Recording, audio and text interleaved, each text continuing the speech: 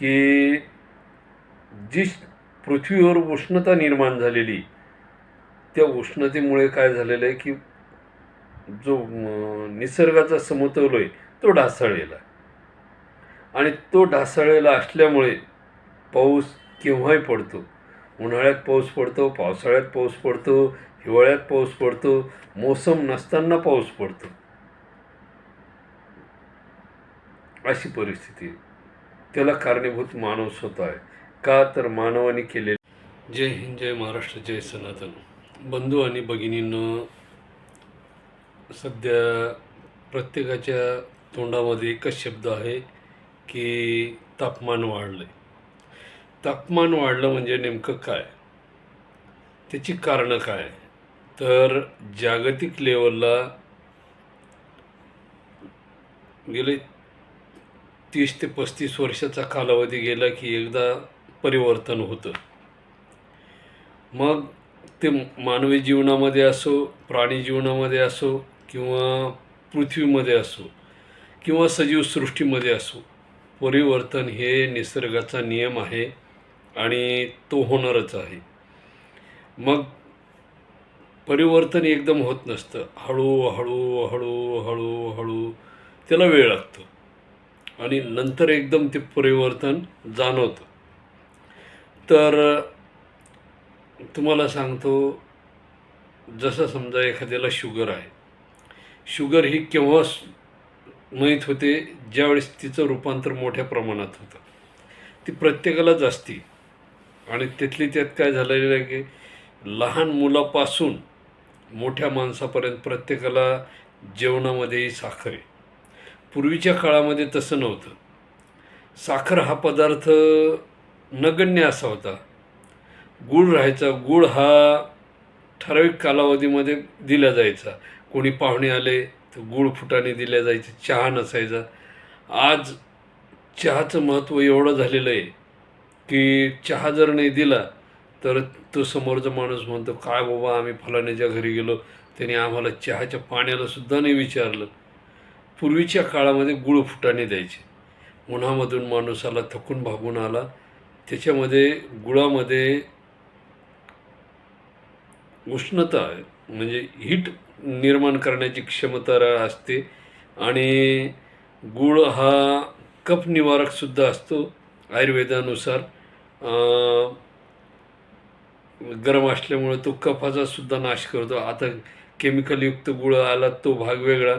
आणि फुटाणे हे उष्ण असतात.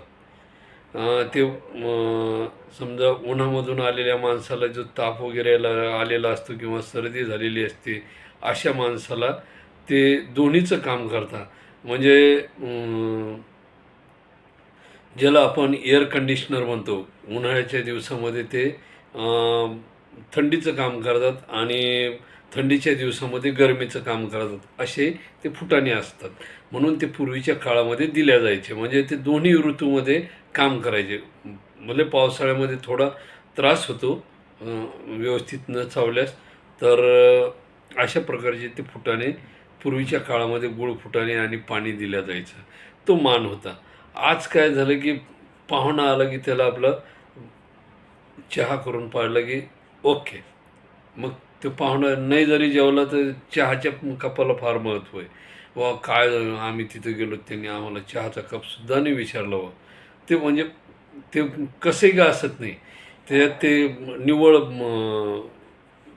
काय म्हणते ते पावसातल्या पाण्यासारखा जरी चहा झालेला असला आणि साखर जरी समजा कमी जास्त असली, काही काहीला तर एवढी साखर लागते त्या चहामध्ये की निव्वळ मधासारखीच पाकच. म्हणजे हा जो परिणाम झालेला आहे मानवी जीवनामध्ये, मानवाने जो बदल केलेला आहे, हा काय आहे की मानवासाठी घातक ठरत आहे. तसंच मनुष्य जे वागत आहे, क्लायमेट चेंज ज्याला म्हणतो आपण, किंवा परिवर्तन, निसर्ग परिवर्तन ज्याला म्हटलं जातं आहे, ते कोणामुळं झालं आहे? निसर्ग परिवर्तन माणसामुळं झालं आहे. आज प्रत्येकजण खेड्यातून शहराकडे आलेला आहे. प्रत्येकजण शहरामध्ये रो हाऊस घेतो आहे, बंगलो घेतो आहे. आणि स्पर्धा झालेली. स्पर्धा जर समजा रो हाऊस नसेल किंवा बंगलो नसेल तर मुलीवाले मुलगी देत नाहीत, ते मानपान मिळत नाही, समाजामध्ये प्रतिष्ठा नाही, वगैरे वगैरे गोष्टी. मग याच्यासाठी काय झालेली स्पर्धा झालेली. काय झालेलं आहे, मोठमोठाले अपार्टमेंट 20-20, 25-25, 40-40 मजली, त्याच्यामध्ये फ्लॅट घेऊन लोक राहायला लागलेत. मग फ्लॅटमध्ये कसं आहे, तुम्हाला तर माहिती आहे जीवन. आणि एवढं बांधकाम करत असताना हजारो झाडाची वृक्षतोड होती. मग ती वृक्षतोड होत असताना काय होतं की त्या ठिकाणची जी झाडी ती नष्ट झाल्यामुळं काय झालं की तिथलं वातावरण जे आहे ते दूषित झालेलं आहे. एवढे मोठे लोक त्या अपार्टमेंटमध्ये राहायला आलेले. एका एका बिल्डिंगमध्ये 4-4 40-40 मजले, 50-50 मजले, काही काही ठिकाणी 20-20 मजले, आणि असे 10-10 अपार्टमेंट एका एका एरियामध्ये. कृष्णकुंज असो किंवा विठ्ठला टॉवर असो किंवा आणखी मुंबईसारखे जे काही अपार्टमेंट असतील मुंबईसारख्या शहरामध्ये, बॉम्बे अपार्टमेंट वगैरे, पुणे अपार्टमेंट, असे मोठमोठ्या ठिकाणी 40-40 बिल्डिंग, 50-50 मजली. मग तिथलं वातावरण कुठं जाणार आहे? तिथली त्या लोकांचं जे प्रदूषण आहे, गॅस आहे, त्यांचं वापरल्या जाणारं जे काही कूलर, हीटर, AC, त्याची हीट कुठं जाणार आहे? ते लोक जे श्वास घेतात त्याची हीट कुठं जाणार आहे? त्यांच्याकडे असलेल्या गाड्याची हीट कुठं जाणार आहे? मग तेवढी झाडी त्या परिसरामध्ये अवेलेबल आहे का? आपल्या जालना शहरामध्ये विठ्ठला टॉवर आहे, कृष्णकुंज आहे, इथे एवढ्या मोठमोठ्या बिल्डिंगी झाल्यात. त्या ठिकाणी आयकॉन सिटी आहे, त्याच्यानंतर तो ऋषी पार्क आहे, ब्रह्मपुरी आहे, त्याच्यानंतर चौधरी नगर आहे, सुवर्णकार नगर आहे, असे म्हणजे अनेक वसाहती आहे, आंबड वसाहत आहे, नूतन वसाहत आहे. या परिसरामध्ये एवढी बांधकामं झाली, एवढी लोक राहायला आली, आणि एका माणसाच्या हिशोबाने एक झाड तरी पाहिजे, किमान 2 माणसामध्ये एक झाड तरी पाहिजे. तर तेवढी झाडं आहेत का? महापालिकेनं त्याकडे लक्ष दिलं आहे का? महापालिका नेमकी कशावर लक्ष देते? फक्त टॅक्स पावती आणि टॅक्सवर लक्ष आहे. काय महापालिकेमध्ये काय गोंधळ चालू आहे? कुठं व्यवस्था आहे? रोडला लाईट नाही, पाण्याची व्यवस्था नाही. पाणी 8-8 दिवस झाले. आता नगर परिषद होती, ठीक होतं, पण आता महापालिका झाली, 4 दिवसावर पाणी यायला पाहिजे होतं, 2 तास पाणी सुटायला पाहिजे होतं, तरी महापालिकेचा गोंधळ. नेमकं गोंधळच कळत नाही काय चालू आहे. काही लोक लोकसहभागातून झाडं द्यायला तयार आहेत. अतिक्रमण हटायला पाहिजे, अतिक्रमण हटवले जात नाही, झाडाची लागवड होत नाही, आणि जे झाडं आहेत त्या झाडाची तोड होते. का तोड होते?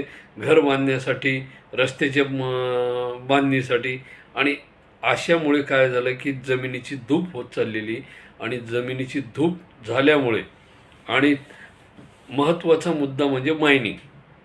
जे डोंगर आहेत, डोंगराळ भागामध्ये काय केलं जातं की स्फोट घडवून आणले जाते, आणि स्फोट घडवून आणल्यानंतर काय होतं की त्या ठिकाणी जी डोंगराची जी एकत्रितपणा ठेवण्याची ताकद होती ती काय होती, त्या मायनिंगमुळे, स्फोट झाल्यामुळे त्याची पुरी अलग अलग होऊन जातात, ते विखुरल्या जातात डोंगर, आणि झाडाची पाळीमुळे सुद्धा कमकुवत होऊन जातात, आणि पाऊस पडल्यानंतर त्या डोंगरामध्ये पाणी शिरून दरडी कोसळण्याची दाट शक्यता असते. आता आपण पाहतोय की भरपूर ठिकाणी दरडी वगैरे कोसळल्या. मागे माळीण नावाचं गाव म्हणजे पूर्ण जमीन दोस्त झालं होतं दरडीमुळे. वरून दरड कोसळली आणि ते पूर्ण गाव रात्रीच्या झोपीमध्येच साफ झालं. म्हणजे अशा अनेक घटना ह्या मायनिंगमुळे होतात. जे की रस्त्याची कामं असतील किंवा खडी काम असेल, जे मोठमोठाले RCC बांधकाम, टावर वगैरे तयार करण्यासाठी जे खडी लागते, कॉन्क्रीट लागतं, त्यासाठी जी खडी तयार केली जाते, त्यासाठी खडी तयार करण्यासाठी डब्बर लागतं, आणि ते डब्बर आपल्याला डोंगरातून मिळतं. मोठमोठाले डोंगरं फोडून त्या ठिकाणी मायनिंग केल्या जाते आणि त्या डब्बरमधून खडीची निर्मिती करून ते बेडिंगी तयार केल्या जातात. एकीकडे नदीचा उपसा केला जातो. नदी पात्रातून लाखो टन रेती बाहेर काढल्या झाली. त्या रेतीचा आडमाप भाव आहे 40-50 हजार, 60,000, 70,000, काही ठिकाणी लाखापर्यंत गेलेले रेतीचे भाव. त्याच्यामध्ये अनेक अधिकाऱ्याचे जीव त्या ठिकाणी गेलेले आहेत. म्हणजे माणूस हा काय झालेला आहे, स्वार्थी झालेला आहे. शेतकऱ्याच्या बांधावर झाडं नाहीत, त्यामुळे धूप वाढत चाललेली आणि धूप वाढत चालल्यामुळे काय होतं आहे की जमिनीची पाणी क्षमता कमी झालेली आणि येणाऱ्या काही दिवसामध्ये जागतिक लेवलला मोठमोठाले भूकंप होण्याची शक्यता आहे. जसा किल्लारीचा भूकंप झाला होता त्या प्रकारचा. मग यालाच क्लायमेट चेंज म्हणतात किंवा निसर्ग परिवर्तन असं म्हटलं जातं. जे आपण मागच्या 6,000 वर्षापूर्वीचा इतिहास जर बघितला तर मोहेंजोदडो आणि हडप्पा ही जी संस्कृती नष्ट झाली होती ती कुठल्या युद्धामुळे झालेली परिस्थिती नाही किंवा कुठल्या आतंकवादामुळे नाही, तर ती क्लायमेट चेंज म्हणजेच निसर्ग परिवर्तनाने झालेली. ज्यावेळेस निसर्ग कोपतो त्यावेळेस फार मोठी समस्या निर्माण होते आणि तो नकळत येतो. एवढी मोठी वस्ती, सुसंस्कृत वस्ती अचानक नष्ट कशी झाली हा विचार आजही माझ्या मनामध्ये घोळतोय. आणि भविष्यात जागतिक लेवलला खूप मोठी समस्या निर्माण होण्याची शक्यता आहे. कारण आता नद्यांचे पात्र कोरडे पडत चाललेले आहेत. ज्या नद्या पाणी वाहून घेऊन चाललेल्या आहेत त्यांचंसुद्धा पाणी पातळी आजच्या स्थितीमध्ये पाहिजे तेवढी नाही आहे. आतापर्यंत किमान प्रत्येक नदीला 10 महापूर यायला पाहिजे होते, परंतु आज महाराष्ट्रात बऱ्याचशा ठिकाणी अशी परिस्थिती आहे की पावसाचं प्रमाण नगण्य असं आहे. जून महिना तर पूर्णच कोरडा गेला. आता जुलैचे जवळपास 15-20 दिवस होत आलेत तरी पावसाची काय अवस्था आहे तुम्ही बघा. तर पूर्वीचे आमच्या लहानपणी झाडाला मुगाच्या शेंगाला कोंब फुटायची. ते जे मूग असायचे ना तर त्या मुगाला झाडाला कोंब फुटायची. कंटिन्यू पाऊस असायचा. आज तसा पाऊस नाही आहे. आज तशी परिस्थिती नाही आहे. का तर जागतिक लेवलला पाणी पातळी ही मानवाच्या चुकीमुळे कमी झालेली, त्याचं प्रमाण कमी झालेलं आहे. का कमी झालेलं आहे? जमिनीवरती झाडी राहिली नाही आणि त्यामुळे काय होतं की जी पृथ्वीवर उष्णता निर्माण झालेली त्या उष्णतेमुळे काय झालेलं आहे की जो निसर्गाचा समतोल आहे तो ढासळलेला आणि तो ढासळलेला असल्यामुळे पाऊस केव्हाही पडतो. उन्हाळ्यात पाऊस पडतो, पावसाळ्यात पाऊस पडतो, हिवाळ्यात पाऊस पडतो, मोसम नसताना पाऊस पडतो. अशी परिस्थिती आहे. त्याला कारणीभूत मानव स्वतः आहे. का तर मानवाने केलेल्या चुका. जागतिक लेवलला आज युरोप ओरडतो की आमच्याकडे 40° तापमान झालं आहे, 42 व्हायला लागलं आहे. तर युरोपवाल्याला म्हणा, पूर्वी जे तुम्ही भारतीय लोकाला अर्धवट कपड्याचे समजत होते, आता तुम्हाला कळेल की अर्धवट कपडे का घालतात भारतीय लोक. तर तुम्हाला येत्या 10 वर्षामध्ये तुम्हाला कळेल पूर्ण कपडे काय असतात आणि अर्धवट कपडे काय असतात ते. कारण तिकडं ते वातावरण होतं आतापर्यंत, आता तिकडं वातावरण चेंज झालेलं आहे. पृथ्वीनं करवट बदललेली आहे आणि याला नैसर्गिक प्रलय म्हणता येईल. काय नैसर्गिक प्रलय म्हणता येईल, जो की 100 वर्षानंतर, 20 वर्षानंतर, 35 वर्षानंतर जो काही येतो त्या प्रकारचा प्रलय हा आहे. जसं मागे किल्लारीला भूकंप झाला होता. जागतिक लेवलला फार मोठे भूकंप होण्याची शक्यता आहे सप्टेंबर महिन्यामध्ये. कारण जर पाऊस पडला तर तुम्हाला सांगतो, एखादी काच असते की नाही, काच, त्या काचेला तुम्ही उष्णता द्या, काय करा, खूप तापवा, लाल होईपर्यंत तापवा आणि त्या काचेवर फक्त पाण्याचा एक थेंब टाका, काय होईल? ती काच लगेच तडकेल. तशी पृथ्वीची अवस्था झालेली आहे. पृथ्वीच्या आतसुद्धा हीट आहे आणि बाहेरूनसुद्धा हीट आहे. आणि मानवाने निर्माण केलेली हीट वेगळीच आहे. अनेक इलेक्ट्रिक उपकरणे असतील, जसे ए सी, कूलर फिलर जे काय असतील ते. त्याच्यानंतर जे काही समजा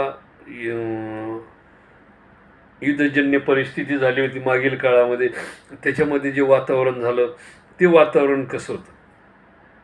इकडं सांगतायत की बाबा तुम्ही फटाके फोडू नका, हे करू नका, प्रदूषण होतं आहे.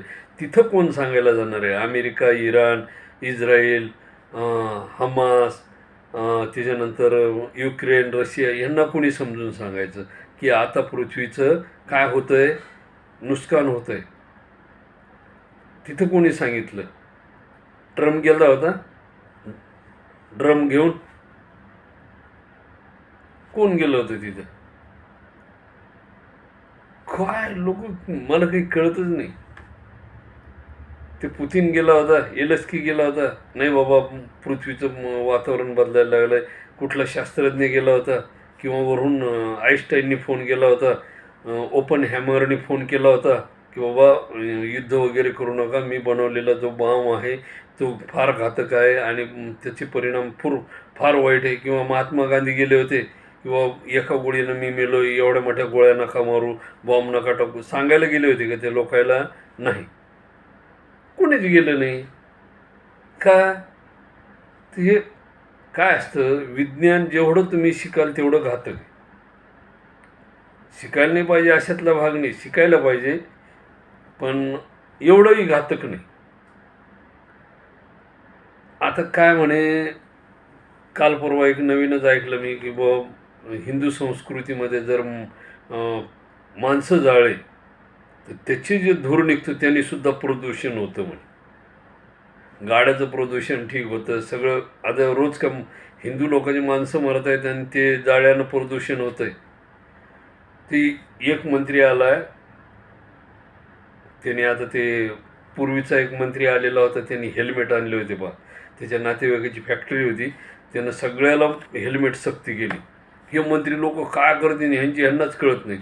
हे नंबर एकचे ते काय म्हणते त्याला, व्हिडिओ थोडा मोठा होतोय, विखुरलेल्या पानांतर्गत आपण हे सदर चालू आहे आपलं. तर पूर्वीच्या काळामध्ये आमच्या लहानपणी एक मंत्री होता, त्याचा कोणतरी नातेवाईक होता, त्याची हेल्मेटची फॅक्टरी होती बरं का. प्रदूषण कसं वाढवायचं, मग हेल्मेट घातल्यानंतर माणूस सुरक्षित होतो. हे गाड्या चालवायचे लोक, मग टू व्हीलर पळवा, हे पळवा, ते पळवा, आणि त्याच्यामध्ये ते लेडीज एक पाय बाहेर काढून पायानं ब्रेक लावीत. म्हणजे मला त्यांना नाव ठेवायचं नाही, पण त्यासुद्धा आता गाडी चालवायला लागल्या. म्हणजे ज्याला गरज नाही ते सुद्धा, अरे एका गाडीमध्ये भागवा ना, गरज नाही मग 4-4 गाड्या, प्रदूषण होणार नाही तर कसं आहे. काही तर इतकुले लेकरंसुद्धा गाड्या घेऊन ते भयान पळायला लागलेत. ते गॅरेज लाईनचं तर बघायचंच काम नाही. सायलेन्सर गाडी देतात, हे पळवतात फर, सगळा धुवा. मग त्यावेळेस प्रदूषण होत नाही का? आता काय तर म्हणे, ते एक नवीन मंत्री आला, ते म्हणतो की हिंदूचे लोक जाळल्याने काय होतं की प्रदूषण लय होतं आहे. आता ते नवीन मशीन आलं आहे आणि त्या मशीनची फी तुम्हाला कंपल्सरी भरावंच लागेल, 7,500 रुपये काहीतरी त्याची फी आहे. म्हणजे पर्यावरणपूरक अशी ती व्यवस्था आहे आणि हिंदूंनी ते कंपल्सरी वापरायलाच पाहिजे. तर त्यानं ते नवीन उत्पादन काहीतरी आणलं पर्यावरणपूरक, त्याच्यामध्ये ते अशी व्यवस्था आहे. आता दुसरा त्याच्या बाजूला एक उभा आहे, ते एक नवीनच त्यांनी आणलं.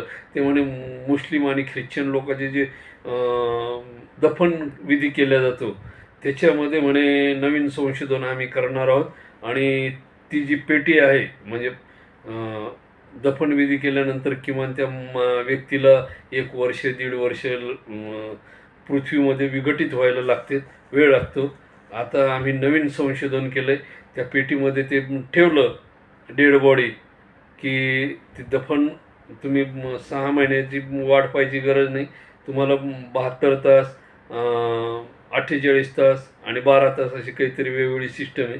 त्याच्यामध्ये ती डेड बॉडी ठेवायची आणि ती ऑटोमॅटिक तिचे सगळं विघटन होऊन जाईल.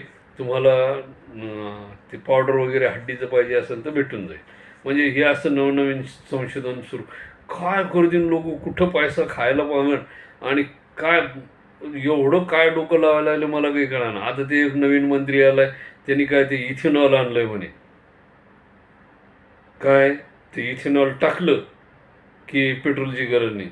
आता ते इथेनॉल तयार करायला कितीतरी लिटर पाणी लागतं.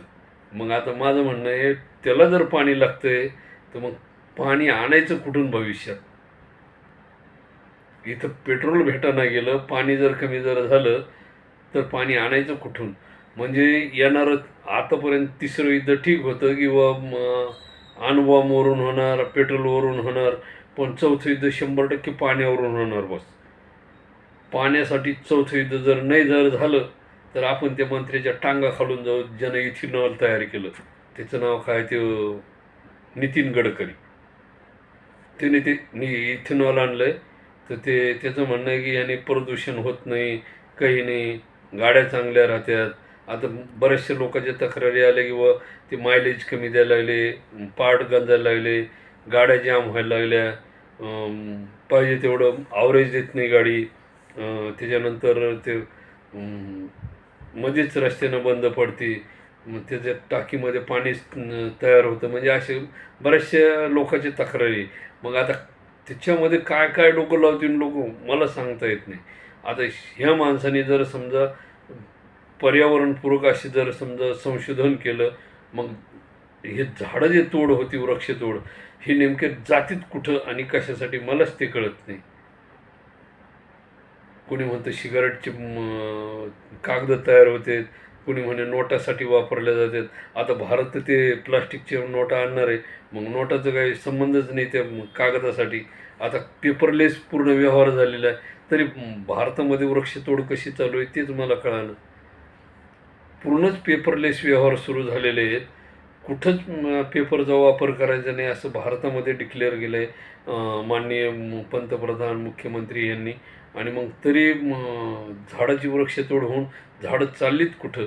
बरं, लोकांच्या प्रत्येकाच्या घरी घरोघरी गॅस आहे, प्रत्येकजण गॅसवर स्वयंपाक करतं, तरी लाकडं चाललेत कुठं मलाच कळालं. झाडाची तोड झालेली लाकडं चालली कुठं? आता सुवर्णकारमध्ये कमीत कमी 350 घरं आहेत. 350 घरामध्ये कुठंच चूल नाही जवळपास. प्रत्येकाच्या घरी, कारण माझे सगळ्याची संबंध आहे, तर मला माहिती आहे कोणाच्या घरात काय शिस्त आहे. प्रत्येकाच्या घरात गॅस आहे एवढं मला माहिती आहे. तरी मग सुवर्णकारमध्ये जर 350 घरात एकही चूल जळत नाही, एकही लाकूड जळत नाही, तर मग लाकडं चाललेत कुठं? मग ही जी वृक्षतोड होती, हे जे झाड तोड व्हायला लागली, ह्याला कारणीभूत कोण आहे? सरकार आहे का जनता आहे का राज्य सरकार आहे का केंद्र सरकार आहे? नेमकं कोण आहे? मग ह्याला काहीतरी शासनाने आळा घालायला पाहिजे की वृक्षतोड होऊ नये, निसर्ग परिवर्तन व्हायला नाही पाहिजे. वृक्षतोड झाल्यामुळेच निसर्ग परिवर्तन होतं.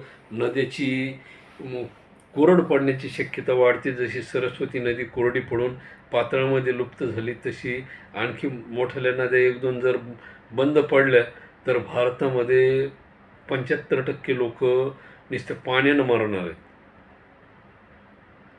कारण गोदावरी पैठण नंतर खाली पाणी नाही, डायरेक्ट नांदेडला पाणी. मधल्या पट्ट्यात पाणी कुठे आहे का? पाणी नाही, मध्ये पाणीच नाही ना. मग मधल्या लोकांनी काय करायचं? बरं, छोट्या मोठ्या नद्याचं काय? आणि त्या मोटरी आल्या, कशी तरी मोठीनं पाणी काढलं जायचं. दिवसातून 10 मोठी बाहेर काढलं की दिवसभरात तेवढ्याला तेवढं पाणी यायचं. आता ह्या मोटरीने डायरेक्ट तळच गाठी देत 10 मिनिटात. मग पाणी येणार तरी कुठून? बरं, पाटाचं पाणी पुराणं, कोणतंच पाणी पुराणं नाही. आणि त्याच्यात हे इथेनॉल आणलंय, पाण्यावर तयार होतंय. मग वाहनासाठी जर तुम्ही पाण्याचा वापर करायला लागले तर पिण्यासाठी पाणी राहणार कुठं? विचार करण्यासारखी गोष्ट आहे की पाण्यावर जर वाहनं चालायला लागली तर पिण्यासाठी कोणतं पाणी आणायचं? मग दुबईसारखं समुद्राचं पाणी फिल्टर करून 150 TDS वर आणून ते पाणी वापरायचं का? नेमकं काय गोंधळच कळणार नाही मला. आणि यामुळेच निसर्ग परिवर्तन जर झाला तर कमीत कमी येत्या, जास्त तर काही नाही, पण 2027 आणि 32पर्यंत किमान 50% लोकसंख्या जागतिक लेवलची परत एकदा कमी होणार आहे, जशी करोनामध्ये झाली होती तशी. ते काय सांगून येत नसतं. आणि जागतिक लेवलला, भारताच्या इतिहासामध्ये नाही तर जागतिक लेवलला सुद्धा पर्यावरणाचा परिणाम झालेला आहे. युरोप खंडामध्ये सुद्धा तापमान 40-42 होत चाललेलं आहे. आणि तिथं आता बर्फ वितळून पूर्ण वातावरण चेंज व्हायला लागलेलं आहे युरोपमध्ये. तिथले युरोपचे लोकसुद्धा ओरडायला लागले. म्हणजे निव्वळ भारताचीच परिस्थिती नाही तर युरोपनं फार मोठी चुकी केलेली विज्ञानाच्या आधारानुसार.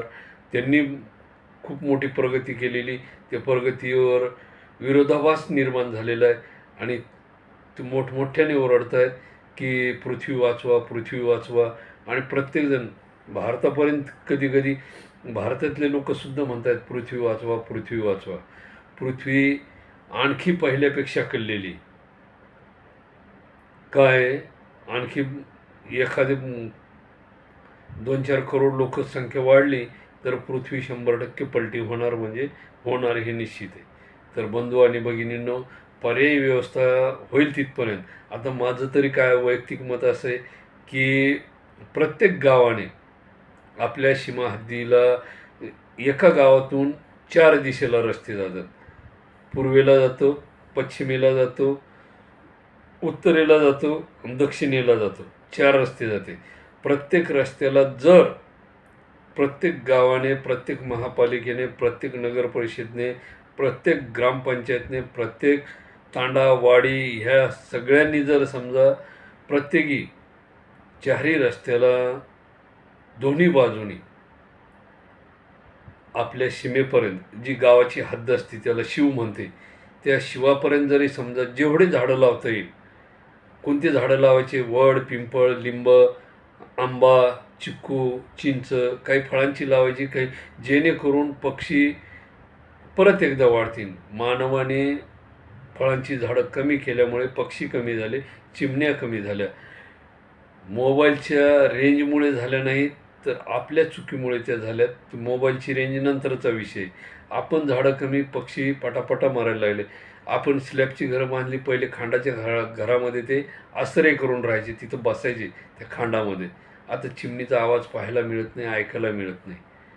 तर प्रत्येक गावाने आपापल्या सीमेवर, गावाच्या शिवापर्यंत 4ही बाजूनी जी फळांची झाडं आहे, जांभूळ असो, उंबर असो, जे काय फळांची झाडं असतील, वड, पिंपळ, त्याच्यानंतर कौट, औदुंबर, उंबर, कदंब, कापूर, ही अशी झाडं लावायला पाहिजे, जेणेकरून ऑक्सिजनचं प्रमाण वाढेल, जमिनीची धूप थांबेल आणि किमान प्रत्येक शेतकऱ्याला शासनाने झाड लागवडीसाठी प्रोत्साहन द्यायला पाहिजे.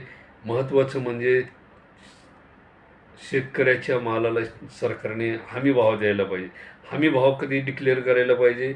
ज्यावेळेस त्यांनी धान्य वगैरे पेरलं, तो काय पेरायला लागला ते महत्त्वाचं नाही, पण तो काय पेरणार आहे, तो कसा पेरणार आहे, तर त्या उद्देशाने त्याला प्रोत्साहन द्यायचं. कडधान्य, द्विदल धान्य, तृणधान्य, गहू, ज्वारी, बाजरी, मक्का, त्यानंतर मूग, तूर, हरभरा, चना, उडीद, मसूर, ह्या पिकांना प्राधान्य देऊन वाढवायची त्यांची क्वांटिटी. ह्यांच्या पिकाला अगोदरच हमी भाव डिक्लेअर करायचा, तो नंतर नाही करायचा. व्यापाऱ्यांनी माल नेल्यानंतर भाव नाही वाढवायचा. काय करायचं, ज्यावेळेस पीक पेरतो शेतकरी त्यावेळेसच तो हमी भाव डिक्लेअर करायचा की बुवा आम्ही तुम्हाला सोयाबीनला 8,000 भाव देणार, 10,000 भाव देणार आणि तुम्ही जेवढा भाव वाढवून द्याल शेतकऱ्याला तेवढा शेतकरी सुखी राहील, बांधावर झाड राहील आणि पाणी पातळी जमिनीची धूप थांबेल आणि पाणी पातळी वाढेल. जागतिक लेवलला सुद्धा तुम्ही बाहेर देशातून अन्नधान्य, डाळी दुळी आयात करू नका ना. पूर्वी आपल्या भारतातून विदेशात निर्यात व्हायचे धान्य सगळे आणि आता हे बाहेरच्या देशातून आणायला लागले त्या टर्म्याकडून. काय ते मण्यार, बर्मा, बांगलादेश तिथून डाळी दुळी यायला लागल्या. काय मूर्खपणा आहे हा. तुम्ही इथल्या शेतकऱ्याला प्रोत्साहन द्या ना. तर ते नैसर्गिक पर्यावरण वाचील ना. तो जोपर्यंत तुम्ही शेतकऱ्याला जीव लावणार नाही तोपर्यंत तुम्ही सुखी होणार नाही. हे जे तुम्ही पर्यावरणपूरक वगैरे जे काही सुरू केलं आहे ना हे थांबवायला पाहिजे. इथेनॉल फिथेनॉल ते पर्यावरणपूरक ते जे ह्या गोष्टी जे सर्वसामान्याच्या हिताच्या नाहीत. ते मध्ये एक आमदार खासदारांनी त्यांनी काय डोकं लावलं होतं त्याच्यामध्ये आडमाप पैसा कमावला. कसा कमावला मी तुम्हाला सांगतो. 5 महिने एस टी महामंडळाचा संप होता बंधूंनो. 5 महिने कोणाच्या डोक्यामध्ये सिस्टम नाही आली. डोळ्यात धूळ फेकली लोकांनी. या लोकांनी काय केलं, डोळ्यामध्ये धूळ फेकली. 5 महिने एस टी महामंडळाचा संप चालवला. त्याच्यामध्ये ते बिचारे काहींनी आत्महत्या वगैरे केल्या. काय असेल काहींचे लेकरं बाळ उघड्यावर पडले, कंडक्टर ड्रायव्हर बिचारे. आणि नाईलाज झाला. मी मुद्दाम सांगतोय कसा गेम झाला तर. आणि 5 महिन्यामध्ये एवढ्या गाड्या विकल्या आणि एवढा पेट्रोलचा धंदा झाला. हे सगळे मंत्री लोकांचे खिसे भरले ना. अरे काय राव, आपला माणूस कोणी नव्हतं त्या ठिकाणी कंपनीत ते पेट्रोलच्या लयच पैसा आला ना. गाड्या आडमाप विकल्या. काय गाड्या विकल्या खेड्यापाड्याने. ज्याच्या खायला दाना नाही त्यांनी गाडी घेतली आणि कंपनीनं काय केलं, 0 बॅलन्सवर गाडी. तुम्ही फक्त आधार घेऊन यायचं, पासबुक घेऊन यायचं, गाडी घेऊन जायची. हप्ते कोण भरण? नाही भरला हप्ता, 3 हप्ते थकले की बंबू. लय भारी डोकं लावलं ना. 5 महिन्याची मलाही कुठं गेली पहा ना. आणि तरी रडत येत, आम्हाला मतं नाही, आम्हाला मतं नाही, आम्हाला मतं नाही. यायला काय गोंधळ आहे मला कळत नाही. तुम्ही जरा बारकाईनं विचार करा बंधूंनो. आणि क्लायमेट चेंज कसं होतोय हे मंत्री लोकांनीच ठरवायला पाहिजे. सर्वसामान्य शेतकऱ्याला जीव लावला तर हा निसर्ग परिवर्तन होणार नाही. कारण शेताच्या बांधावर जेवढी झाडं आहेत तेवढी फार महत्त्वाची आहेत. आणि ह्या अपार्टमेंटवाल्यांनी तर एवढे ते वृक्षतोड केली की बघायचंच काम नाही. जिथं पाहावं तिथं नुसत्या बिल्डिंगी. झाडाचा पत्ता नाही. माझं म्हणणं आहे बांधकाम सुरू करायचं आणि तू 50 झाडं परिसरात लाव. ते बी केवढाले, तुझी एक बिल्डिंग होस तर ते झाड 50 फुटापर्यंत गेलं पाहिजे. तुझी 50 गाळ्याची बिल्डिंग होस तर ते झाड 50 फुटापर्यंत गेलं पाहिजे. तर तुला परवानगी तिथं वस्ती करायला. नाही तुला वस्ती करायला परवानगीच नाही. तुझं 50 गाळ्याचं बांधकाम जोपर्यंत होतं आहे तोपर्यंत झाड 50 फुटापर्यंत गेलं पाहिजे. झाडाला किती वर्ष लागत आहेत मग त्या कालावधी. एवढाले प्लॉट घेऊन टाकलेले आहे अपार्टमेंटवाल्यांनी. शेतं घेऊन टाकलेले आहेत, तसेच पडलेले. मग ते ओस पडलेले त्या ठिकाणी झाडं लावायला पाहिजे ना. माझं काय म्हणणं आहे, जर समजा 1 वर्षाच्या कालावधीमध्ये तिथं एक तर वस्ती जर नाही झाली किंवा पीक जर नाही झालं तर महापालिकेने ते ताब्यात घ्यायचं आणि त्या ठिकाणी झाडं लावायची. त्याचं जर समजा 1 वर्षामध्ये पीक जर निघालं नाही किंवा वस्ती जर झाली नाही 1 वर्षात तर त्या ठिकाणी झाडी लावायची. हे कायद्याने बंधन करायला पाहिजे. काय 10-10 वर्षे 15-15 वर्षे नुसते पडून राहतात. तिथं काही होत नाही ना जात नाही. आणि लोक राहायला आल्यावर मग एवढेले झाडं लावतात कुंड्याने आपले फुट. कुंड्याने झाडं लावल्यानं काही फरक पडणार आहे का घराच्या आतमध्ये? आणि ते उगा आपलं समोर 2-4 झाडं लावतो अशोकाचे, ते गुलमोहराचे, लोकाला वाटलं पाहिजे सप्तपर्णीचे, किंवा काय हिरवं आहे, काय झाड आहे. अरे त्याच्यावर पक्षी घर करत नाही. करतं का गुलमोहरावर आणि त्या सप्तपर्णीवर घरसुद्धा करत नाही पक्षी. चिमणी तर कशीच बसत नाही त्या सप्तपर्णीवर. आणि ते झाडं लावतात. अरे वा, काय झाड हिरवंगार. आहा! त्याच्यापेक्षा ते आपलं बेशरमाचं झाड लावलेलं पुरतं. ते पारशी एरंडाचं झाड लावलेलं पुरतं. त्यावर तरी पक्षी बसतात. ते आगे असतात ना, आगे ज्याला काजवा म्हणतो, ते सुद्धा ते बेशरमाच्या झाडातून गंध बाहेर काढतात. पराग. एवढं जहरी झाड असून त्यातून ते पराग बाहेर काढते. म्हणजे पहा ते निसर्गाची कला. तुम्ही पाहिलं नसेल, मी लहानपणी लय फिरलो. रात्री बेरात्री ते बेशरमाच्या झाडापाशी त्या फुलामध्ये आत जाऊन ते मकरंद बाहेर काढतात. म्हणजे एवढे काजवे हुशार आहे. आणि आता काय ते बघायचंच काम नाही. तर बंधू आईंनी, भगिनींनो, हा व्हिडिओ तुम्हाला कसा वाटला? निसर्गाविषयी ज्याला आपण क्लायमेट चेंज म्हणतोय, हे थांबवण्यासाठी पर्यायी व्यवस्था आणि तुम्हाला काय करता येईल, तुम्ही तुमच्या पद्धतीनं ठरवा. शासनालाही हा व्हिडिओ माझ्या मते जायला पाहिजे, की पर्यावरणपूरक असं काय की जे केल्यानं पर्यावरण थांबू शकतं. मग त्याच्यामध्ये होईल तिथपर्यंत आपण प्रयत्न करूया. आणि इथेनॉल, फिथेनॉल अशा मोठमोठ्या कंपन्या येणार नाहीत, जेणेकरून त्याचा दुष्परिणाम मानवी शरीरावर किंवा निसर्गावर होईल. कारण ते उपयोगाचं नाही ना. जर घातक असेल तर काय उपयोगाचं? पैशासारखा पैसा घालायचा आणि ती गाडी खराब करून घ्यायची, ढकलीत आणायची. ते उपयोग नाही ना. आता काल परवा आमच्या गाडीमध्ये 3.5 लिटर पाणी निघालं. मग त्याला काय ते, आणि काय तर म्हणे त्यात पाणी जर झालं ती तुमची जबाबदारी. म्हणजे आहे की नाही? पेडगाव की शहाणे. तर तुम्हाला आजचा व्हिडिओ कसा वाटला, काय वाटला, कमेंट करून नक्की सांगा. आणि होईल तिथपर्यंत पर्यावरणाच्या दृष्टीने पाऊल उचला, जेणेकरून ते आपल्याला केव्हाही हितकारक ठरेल अशा दृष्टीने. तर लाईक करा, शेअर करा, सबस्क्राईब करा. धन्यवाद बंधू आणि